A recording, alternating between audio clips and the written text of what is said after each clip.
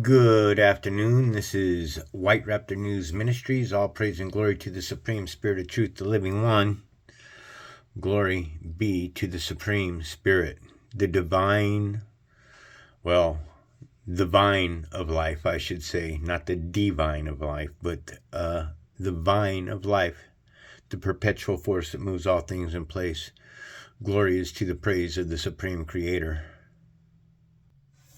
The last lesson I did a few days ago was showing you Elon Musk here giving his salute, his Nazi salute, and I made a few statements about Germany and stuff, and I never got a chance to finish that thing because simply I was trying to make a point that this world, from the moment you step into a classroom, if I was to ask you what two things do they shove down your throat? Well, they have taken the cross out of school. They've taken that part of religion of Jesus Christ on a cross out of school. Now, why? I don't know why. If Jesus is the God of this realm, which isn't a good thing, by the way, because the world has been turned over to the hands of the wicked. My point here was that when you first go to school, the very thing that they shove down your face when you step into kindergarten is this globe. That's what the teacher does. She takes that globe and she sets it right in front of the kids and she tells them all, this is where you live. And I got news for you. This is called idol worship. All right. They shove this down your throat, and then everywhere you go, they shove this. Maybe this is why the cross has never been in the school, because the Spirit will not allow this cross to ever be in school. I know that in churches that it was taught, and they have the cross in the churches and stuff. But again, that would be early indoctrination of Jesus Christ being on a cross in every classroom, right? These two things, even though, our families are going to be very clear into telling you that this man, this Christ here is God. He was fully man and fully God. It couldn't be any further from the truth. So that was my point that I was getting to, is that the globe and this are shoved down your throats from kindergarten on. The globe is in every classroom, all the way up to your graduation. The globe, as we've been taught, is not what it is. We live on a flat plane of existence. Now, right now, this here Elon Musk salute, look, it's the full coverage from all the media shoved down your throat. And it was done for one reason. It was done for reaction, folks. This is so they can, keep you in this state of, not to offend anybody, but stupidity. Okay? Because you can clearly see that it just goes on and on and on. Right? And this is what they shove down your throat. If they want a video to go viral, that video go viral. Do you think that the government would allow 365 million Americans? I mean, I guarantee you at least 2/3 of America has seen this video. And also when he does that right there, sorry, I didn't mean to click on it, but hey, let's go ahead and take a look. This new $100. That there is the bullhorns, folks. Right in your face. Okay? He throws you that Nazi salute. Well, what have I been saying to everybody? Right here. Werner von Braun, who came over, which was a German. You understand, during World War II, that a lot of the scientists in Germany came over here, and we think that they went to work for America. No, America went to work for them. Okay? America has always been under German law. because the space program was all run by scientists of Germany. Okay, in the space race. Remember, there was a space race.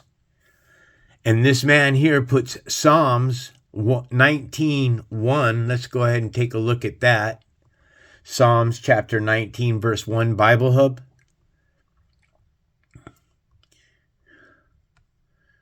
So, for the choir master, a psalm of David, the heavens declare the glory of God. The skies proclaim the work of his hands. So, folks, what is this talking about here? The sky, huh? Right? The heavens. Remember, there's 3 heavens that we know of as the Bible talks. There could be multiverses of heavens, doorways to each realm, a different version of us, possibly. If history keeps repeating itself and we are eternal beings, then could the eternal hell that we live being born into this plane of existence over and over? I'd like you to consider what I've said here. I want to share something with you. Now, there's a lot of stuff in this that I do agree with, but I don't agree with everything. And like anything that you listen to takes discernment. I think it's important to bring information to people, and that all sides of the story should be looked at. You should never turn your back from anything that is being presented to you. You always take in the information and then you use discernment. Is it true or not? So we do have a lengthy, what I would say, content here, and I think it's important for you to take a look at and pay attention to and get from it what you can. Much love. This is White Raptor News Ministries. It's a surprising reason people were healthier in the 70s. Chuck and I were both around in the 70s. Yeah. The God most of us grew up learning about, the one who supposedly created Adam and Eve, isn't who you think he is. In fact, according to ancient, banned texts hidden for centuries, this God might not be God at all. He's a fraud, a tyrant, a deceiver. His name? Yaldabaoth. This is directly from the Gnostic scriptures like the Apocryphon of John and the reality of the rulers. These are ancient writings the church fought to suppress, and here's why. Yaldabaoth is described as a flawed, arrogant being who claims, I am God and there is no other. But here's the catch, he's not the true God. He's not the transcendent, all-loving creator. According to the Gnostics, he's a lesser, ignorant entity who created the physical world, not as a gift to humanity, but as a prison. That's right. The world we live in, the one we're told was made with love and purpose, is actually a trap, a place to keep us blind, ignorant, and enslaved. Now, let's talk about Adam. In the traditional story, Adam is this passive figure mold from clay, obedient to God and punished for disobedience. You know, just before we get way into this, I just wish every now and then when they talked about, these channels, these Gnostic channels, or people that are seeking the truth, always looking for the truth, I just don't understand why they don't show the true color of Adam and Eve. You ask a Christian what color Jesus is, man, you can't, it's almost like asking a politician a question, man. You can't get a straight answer.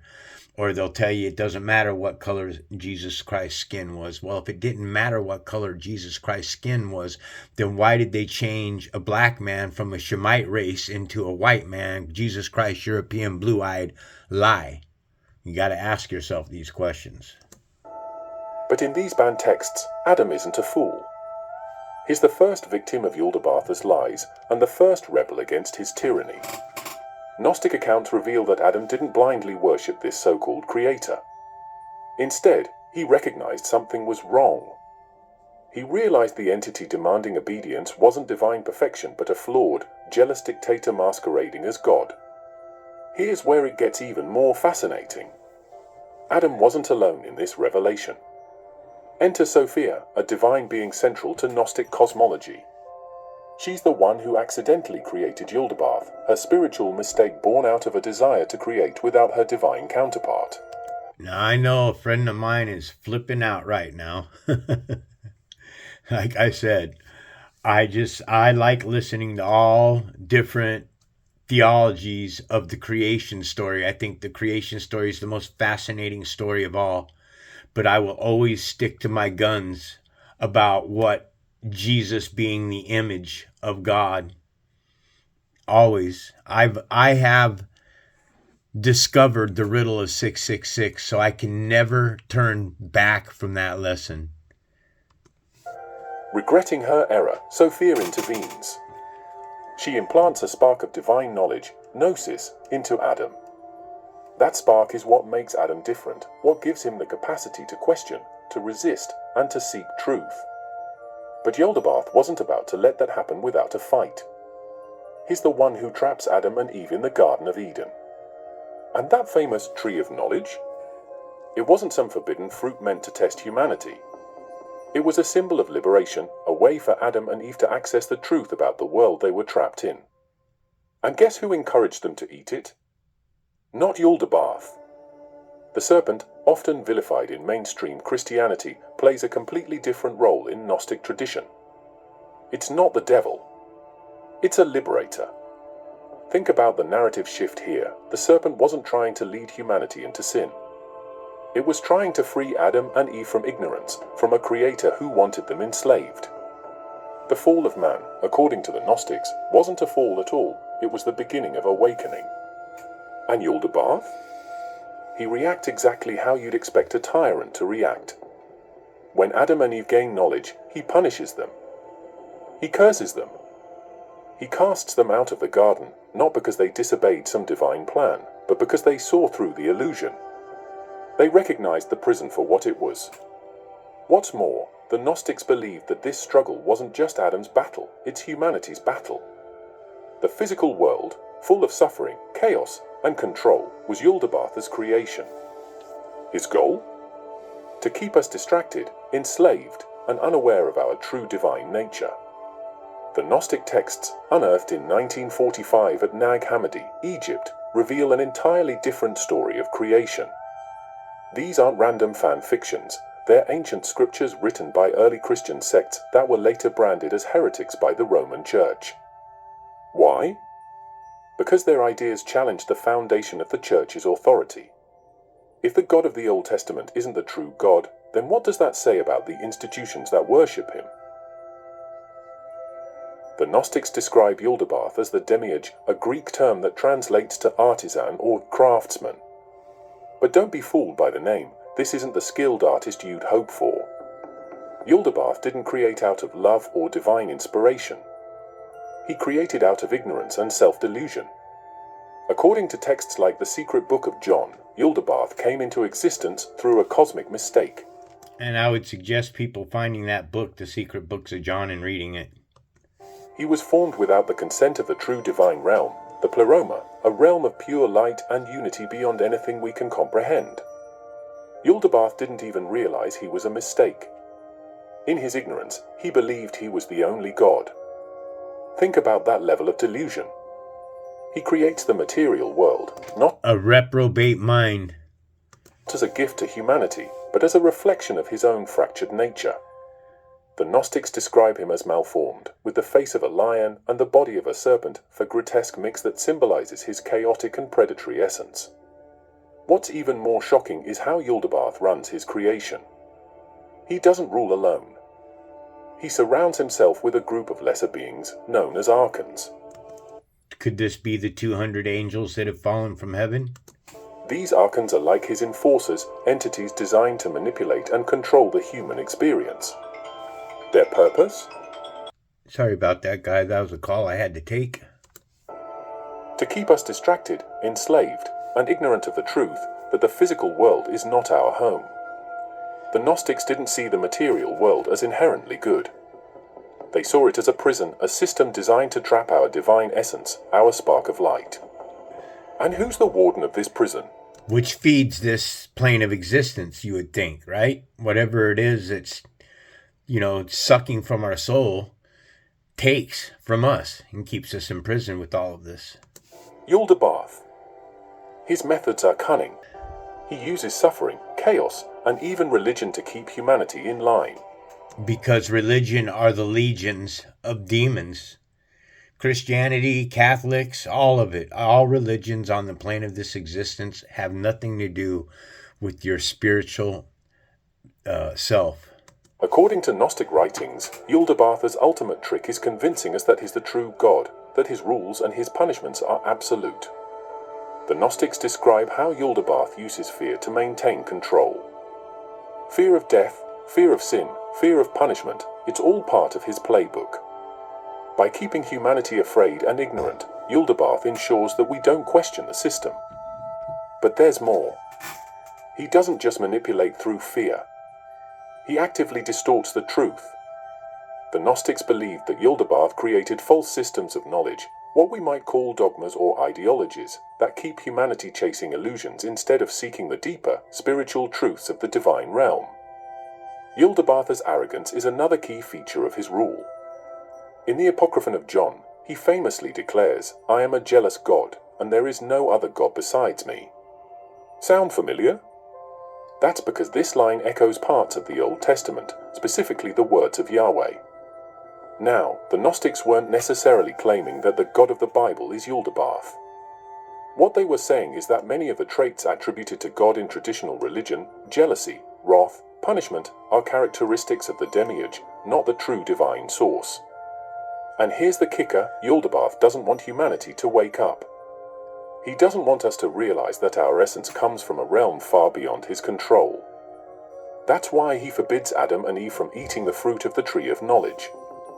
To Yaldabaoth, knowledge is dangerous. It's the one thing that can dismantle his illusion of power.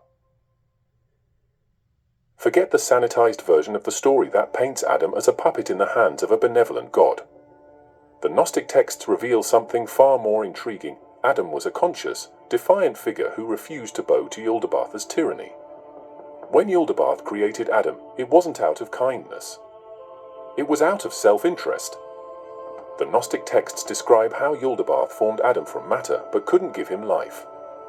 Despite his arrogance, Yaldabaoth lacked the divine spark, the essence of true life. He was forced to call upon the higher, unknowable God to breathe life into Adam. This divine essence, planted within Adam, became his greatest weapon, a connection to the true source that Yaldabaoth could never fully control. As soon as Adam came to life, Yaldabaoth demanded that he worship him. But Adam didn't. According to texts like the hypostasis of the Archons, Adam remained silent, refusing to acknowledge Yaldabaoth as God. Think about what that represents, the first human, fully aware of his divine origin, refusing to bow to a false deity. It's a moment of profound rebellion, and it sets the stage for everything that follows. Of course, Yaldabaoth didn't take this defiance lightly. He and his Archons, the enforcers of his rule, tried to subjugate Adam in other ways. Do you run a business? Find him in the Garden of Eden, a space not of divine perfection, but of controlled ignorance. The Gnostic perspective on Eden flips the script entirely. Instead of being a paradise, it was a gilded cage, a place designed to keep Adam docile and unaware of the greater truth. But Adam's spark of divine knowledge couldn't be contained. According to the secret book of John, Sophia, the divine being who inadvertently created Yaldabaoth, took pity on Adam. Now remember, man, Sophia is wisdom in the Bible. When it says, here's a call for wisdom, Sophia is who they're speaking of. So that's something you can look at as well. On Adam. She sent emissaries of light to guide and awaken him. These divine interventions are what allowed Adam to realize the nature of his prison and the tyrant who ruled over it. And then comes the turning point, the moment Adam eats from the tree of knowledge. This wasn't an act of disobedience, but one of enlightenment. Gnostic texts describe how Adam's eyes were opened, not just to good and evil, as traditional interpretations suggest, but to the full reality of his situation. He saw Yaldabaoth for what he truly was, not a god, but a fraud. His awakening wasn't just personal, it was universal. By rejecting Yaldabaoth's authority, Adam set an example for humanity. The Gnostics saw him as the first to challenge the lie that the material world and its rulers are ultimate. Adam's refusal to submit was... Notice all these pictures that are showing you have these portals inside of it. Okay, these are portals, folks, from the other side. They're showing them in all the depictions, ancient depictions and stuff. They're showing you. It's so prevalent in Hollywood today. They're even showing you on commercials, attorney commercials, where attorneys open up this eye and say, we can see on the other side, man. They're putting it right in plain sight. Lie that the material world and its rulers are ultimate. Adam's refusal to submit was a declaration of spiritual independence, a recognition that the spark within him belonged to something far greater than Yaldabaoth. Yaldabaoth's response to Adam's awakening was predictably tyrannical. He cast Adam out of the garden, cursed him with labor and suffering, and made his life as difficult as possible. But here's the key: these weren't punishments for disobedience. They were acts of desperation by a ruler losing his grip. Yaldabaoth's actions reveal his fear of Adam's knowledge, his awareness that humanity, once enlightened, could escape his control. Let's step back for a moment and look at the bigger picture. Yaldabaoth, as described in the Gnostic texts, isn't a unique figure. In fact, the characteristics attributed to him, arrogance, jealousy, and a desire to dominate, mirror traits of gods found in other ancient mythologies. Take Zeus from Greek mythology. At first glance, he might seem like a noble god, the ruler of Mount Olympus. But dig deeper into the myths, and you'll see a darker side. Zeus is a god who asserts his power through force, deception, and manipulation. Hey, He Zeus. overthrows his own father, Cronus, to seize control of the cosmos. Cronus eats his own. Sound familiar? Yes. Just like Yaldabaoth, Zeus relies on domination to maintain his authority, often punishing those who dare to challenge him. Does that kind of look like Prometheus, Jesus? for instance, defies Zeus by giving fire to humanity, a gift that empowers humans and symbolizes knowledge. Zeus's response? He chains Prometheus to a rock and subjects him to eternal torment.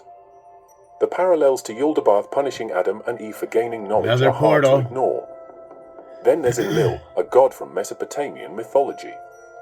Enlil is often portrayed as a harsh and authoritarian figure. And Enlil is also an Anunnaki.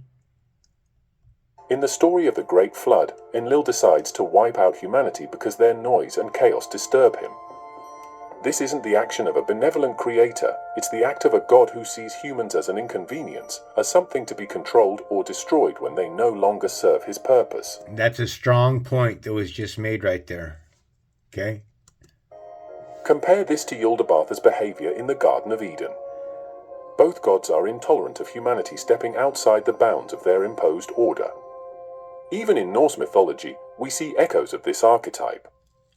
Odin, while celebrated as wise and all-knowing, is not without his flaws. He's a manipulative figure who sacrifices others for his own gain and maintains control through fear and secrecy. Notice with each name they give you as a god that they are placing a person, an image before you.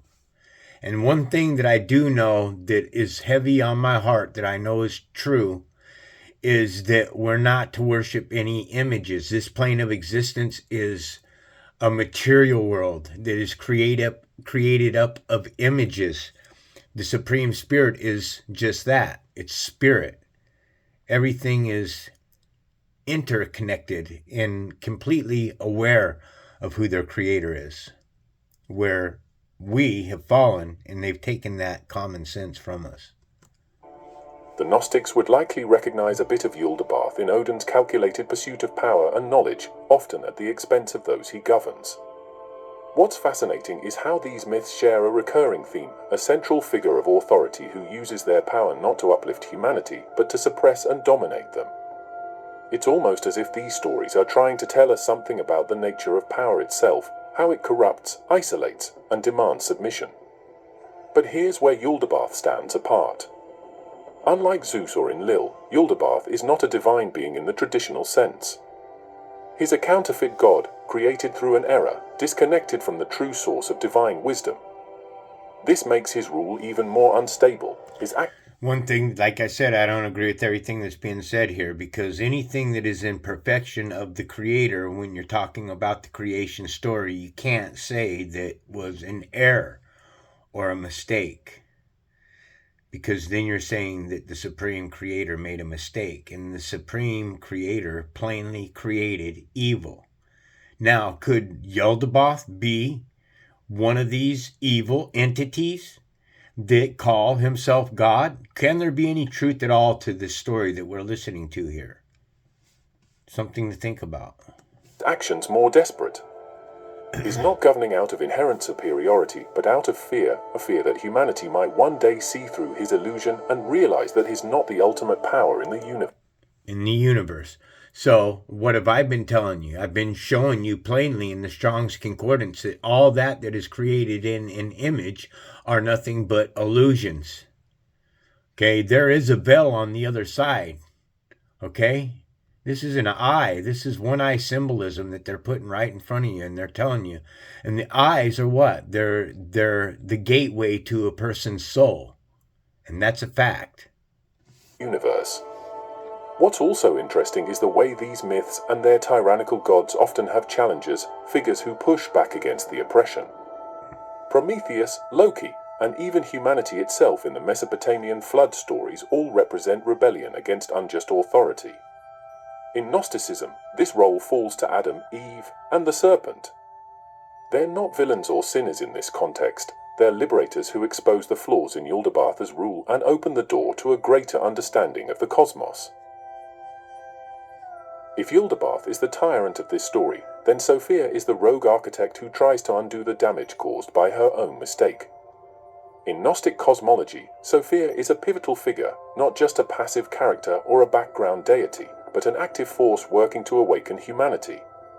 Without her intervention, Adam would have remained a soulless creation, blindly serving Yaldabaoth's agenda. Sophia's story begins with her... And what was the agenda? Big question there.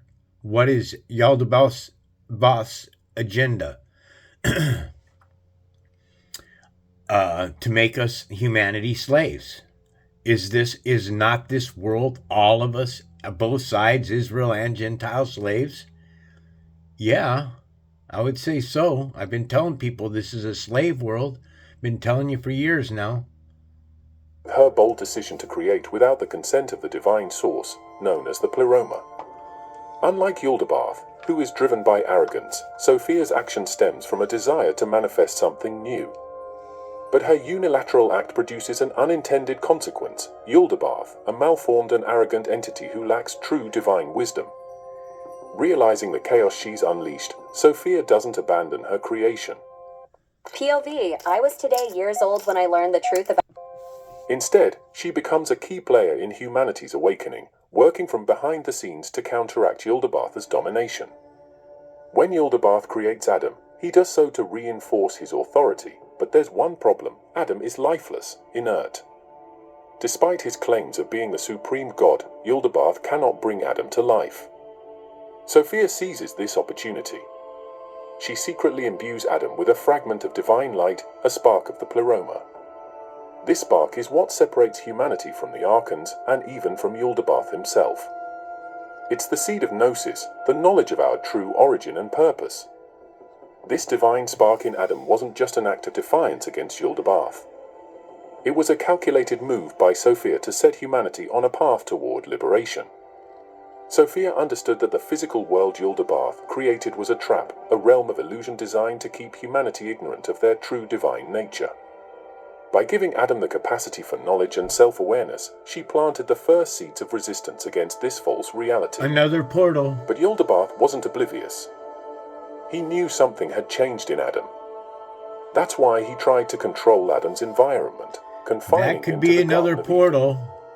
From Yaldabaoth's perspective, Eden wasn't a paradise, but a containment zone, a place where Another Adam could portal. be kept ignorant of his divine spark. What Yaldabaoth didn't anticipate was Sophia's persistence. Sophia didn't just stop at giving Adam the spark. She sent emissaries, beings of light and wisdom, to guide Adam and ensure he would one day realize the truth about his existence. These guides were part of Sophia's larger strategy to counter Yaldabaoth's control, ensuring that humanity would have access to the tools needed to break free. The role of the serpent in the Eden narrative is directly tied to Sophia's intervention. In Gnostic tradition, the serpent isn't a symbol of evil or temptation, but a messenger of Sophia. It was through the serpent that Sophia delivered the knowledge of good and evil to Adam and Eve. This wasn't a betrayal of humanity, as the traditional narrative would have us believe. It was an act of liberation, giving Adam and Eve the ability to see through the lies and manipulation of Yaldabaoth. What's fascinating about Sophia's role is how it redefines the concept of salvation. In traditional religious frameworks, salvation often comes from obedience to divine authority. In the Gnostic narrative, salvation comes from rebellion, from the recognition of truth and the rejection of falsehood. Sophia's gift to humanity isn't about enforcing rules or demanding worship. It's about empowering humanity to recognize their divine origin and break free from the oppressive systems imposed by Yaldabaoth and his archons. In mainstream interpretations of Genesis, the tree of knowledge is painted as a test of obedience, a forbidden fruit that led to humanity's downfall. But in the Gnostic texts, this tree isn't a symbol of sin or disobedience. It's a key to liberation, a gateway to understanding the truth that Yaldabaoth worked so hard to keep hidden. Here's the deal: Yaldabaoth never wanted Adam and Eve to eat from the tree of knowledge, because knowledge is power. It's the one thing that can dismantle his rule and expose him as the fraud he truly is. Think about it. What's the first thing Yaldabaoth does when Adam and Eve eat the fruit? He panics. He doesn't just punish them, he actively drives them out of the garden.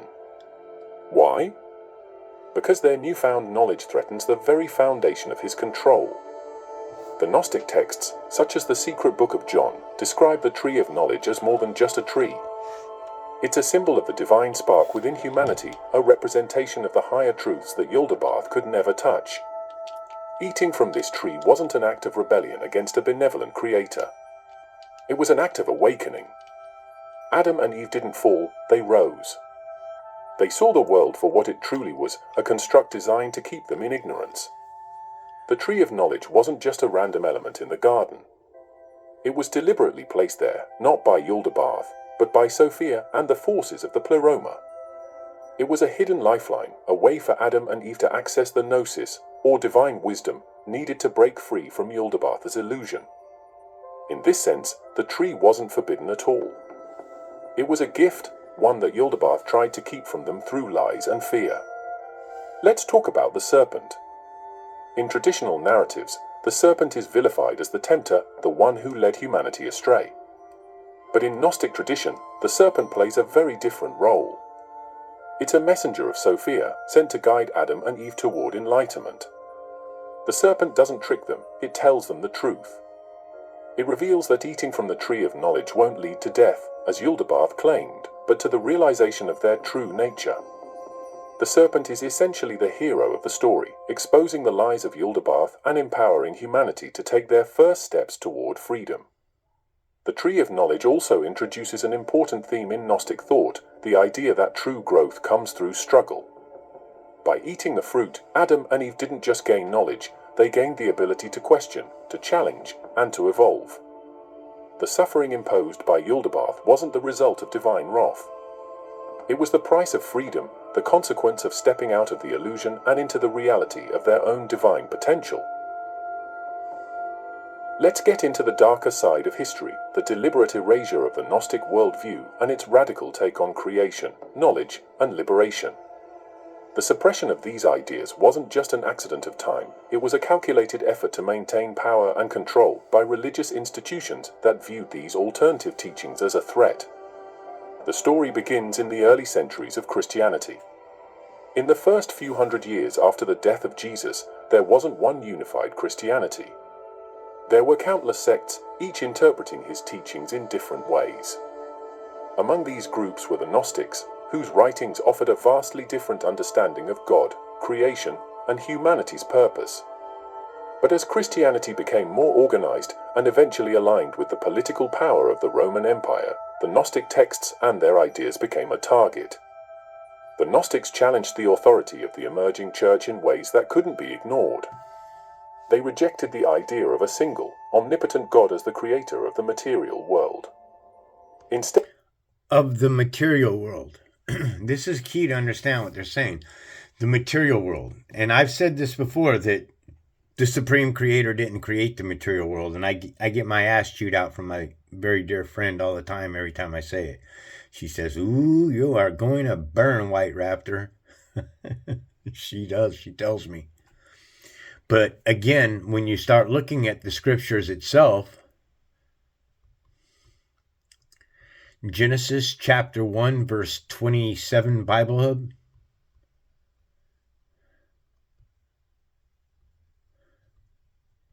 This God here is Elohim, and it plainly tells us that it's something that is used of a supreme God. That's deep. Because you got this God that creates a man in his own image, and then you have the Spirit, which is telling you not to worship any graven images.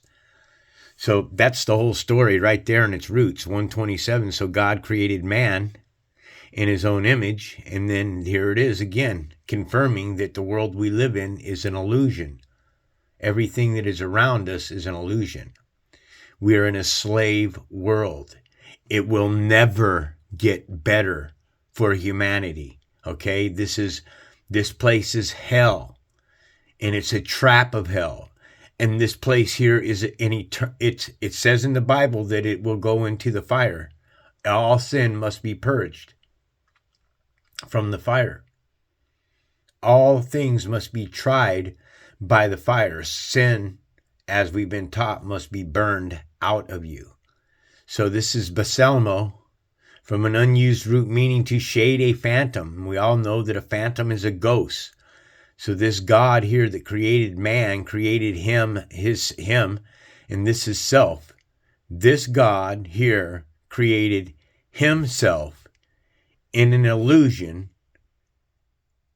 a resemblance, hence a representative figure, especially an idol. This one here is created an idol. And notice, it doesn't say it anymore. It used to say, hence a representative figure, especially an idol, is what that used to say. They've taken that out. So here's one of my older videos, actually it's my main channel video. And you can clearly see here that it says, hence a representative figure, especially an idol. So this God that created himself, which was given power from the supreme creator, is an idol. It's all idol worship. This plane of existence is complete idol worship. This is why the Spirit is telling us not to be of the world, not to be in this world, not to care about the world, man, not to care about money, not to care about jewels and diamonds and all of that, but to care about source. It's that simple. Give me 1 second here. Fractured cosmology, where the physical universe was the work of an imperfect and malevolent being, Yaldabaoth. Something that was used of the Supreme God. Could Yaldabaoth be used of the Supreme God? And could the Lord or Elohim be, could I be wrong when I said the Elohim are evil? I still stand by that the Elohim are not all good. I believe that they're both good and evil.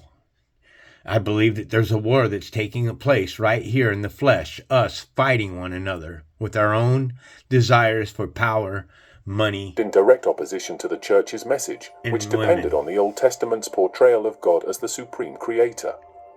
If Yaldabaoth wasn't the true God, then the church's authority, rooted in his laws and doctrines, was called into question. This conflict came to a head in the 4th century when Christianity became the official religion of the Roman Empire under Emperor Constantine. With the Council of Nicaea in 325 CE, the Church began to solidify its doctrines, defining what was orthodox and labeling everything else as heresy. Gnostic ideas, with their rejection of the material world and their emphasis on personal spiritual enlightenment, were among the first to be condemned. The Church didn't stop at simply denouncing Gnostic beliefs.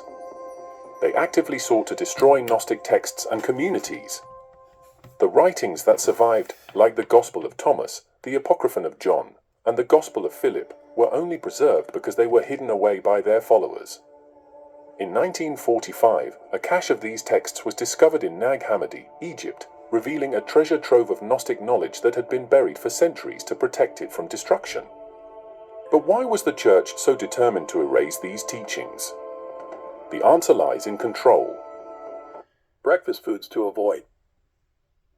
Gnosticism emphasized personal spiritual awakening, gnosis, or direct knowledge of the divine, over obedience to external authorities. It taught that salvation didn't come from following rules or rituals, but from recognizing the divine spark within yourself. This idea directly undermined the hierarchical structure of the Church, which positioned itself as the sole mediator between humanity and God. If people could access the divine directly, the Church's role and its power became unnecessary. The suppression wasn't just intellectual, it was brutal. Gnostic communities were persecuted, their leaders were executed, and their writings were burned.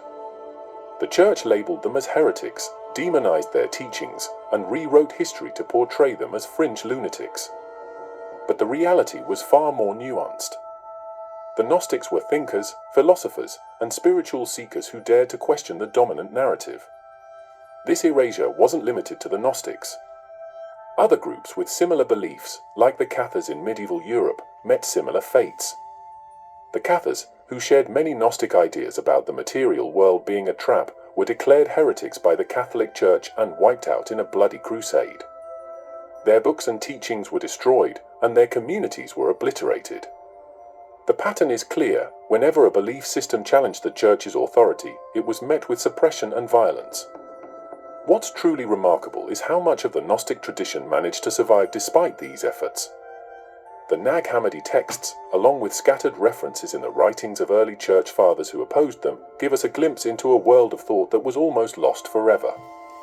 These texts reveal a spiritual framework that values questioning, seeking, and discovering over blind faith and obedience. Let's talk about the endgame, Yaldabaoth's downfall, and what the Gnostics believed about humanity's ultimate destiny. The story doesn't end with Adam and Eve being cast out of Eden or with the suppression of Gnostic teachings. According to these ancient texts, the narrative stretches far beyond, into a cosmic struggle for liberation. The Gnostics believed that the material world, created by Yaldabaoth, was fundamentally flawed and temporary. Yaldabaoth's rule, though oppressive, wasn't eternal. In fact, they saw it as inherently fragile. Why? Because the spark of divinity that Sophia implanted in humanity was destined to outshine the illusions of the material world. Yaldabaoth's power rested entirely on deception, on convincing humanity that the physical realm was all there was, that he was the supreme being. The moment people saw through this, his power would crumble. The key to this awakening was gnosis, or divine knowledge. This wasn't just intellectual understanding, it was a profound realization of one's divine origin and connection to the pleroma, the true realm of light and unity. The Gnostics taught that every person carried a fragment of this divine essence, and their ultimate purpose was to awaken it. This awakening wasn't about escaping responsibility or rejecting the world, it was about transcending the illusions of Yaldabaoth's creation and reclaiming the truth. One of the most fascinating aspects of Gnostic thought is its portrayal of humanity as active participants in this cosmic drama. In traditional religious narratives, salvation is something granted by an external deity. But in Gnosticism, humanity plays a crucial role in bringing about the downfall of Yaldabaoth. The more people awaken to their divine spark, the weaker Yaldabaoth becomes. It's like dismantling a tyrant's empire from the inside out, one enlightened mind at a time. Yaldabaoth himself isn't left untouched by this process. The Gnostics didn't just see him as a villain to be defeated, but as a being who could potentially be redeemed. In some texts, Sophia intervenes in Yaldabaoth's fate, seeking to bring him back into the fold of the divine. This adds a fascinating layer of complexity to the story. Yaldabaoth isn't an eternal adversary, he's a product of ignorance, and his downfall isn't just about destruction, but about restoring balance to the cosmos. The Gnostics also described a future where the material world itself would dissolve. This wasn't an apocalyptic vision of fire and brimstone, but a return to unity. The physical universe, they believed, was a temporary construct, a kind of shadow cast by Yaldabaoth's flawed creation. Once humanity fully awakened and the divine sparks were reunited with the pleroma, the material world would no longer have a reason to exist. Yaldabaoth's illusions would collapse, and the true light would shine unimpeded. What's particularly compelling is how this vision redefines the concept of salvation. It's not about appeasing a deity or escaping punishment, it's about reclaiming what was always yours. The Gnostics weren't waiting for a savior to fix things for them.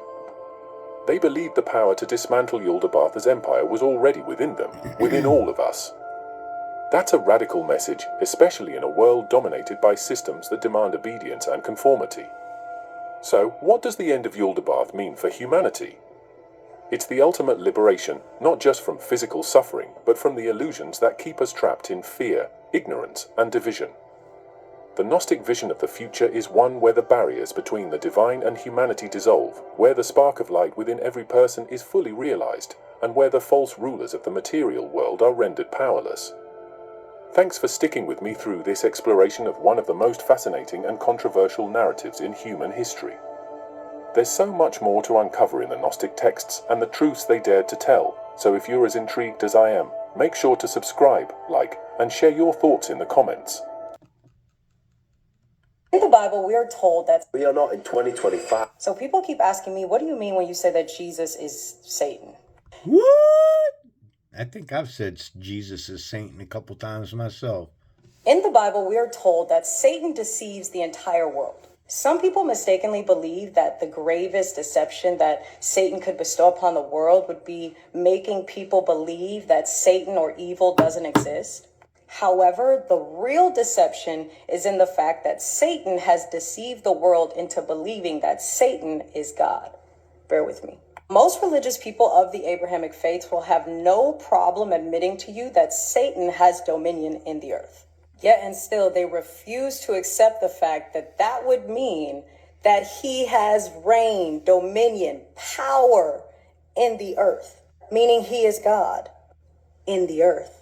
And again, this is further substantiated by the fact that in the book of Enoch, we learn that the fallen angels fall from heaven to earth and are bound in earth, where they will reign for 70 generations.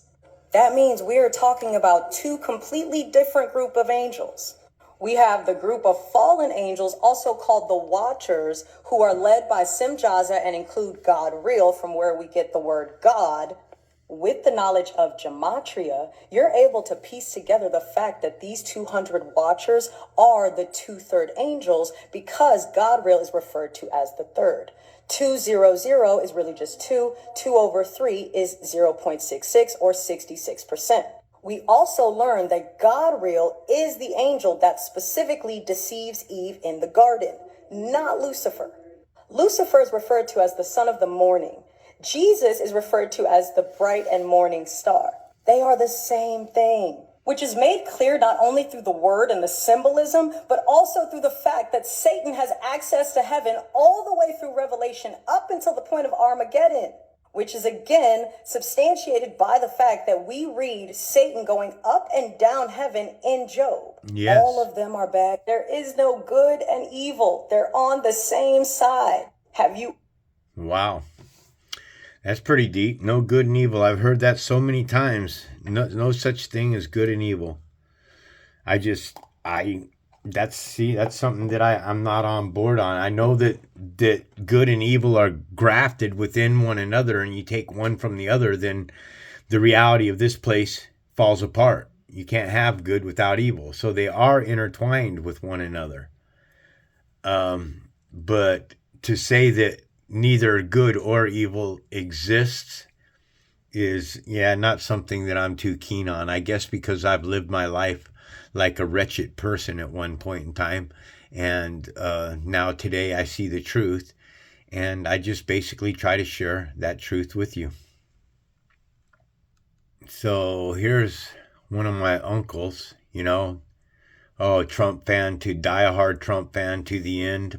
All my uncles are all diehard Trump fans. The whole Widden clan is diehard Trump fans, man. The humiliation of being rejected by his own party is a fitting end to a life spent betraying his country. Folks, they all betray the country, man. Biden and Trump alike are on the same team. How many times have I told you? How many times have I showed you? Anyways, I'm going to cut out of here. Hope everybody has a blessed day. This is White Raptor News Ministries.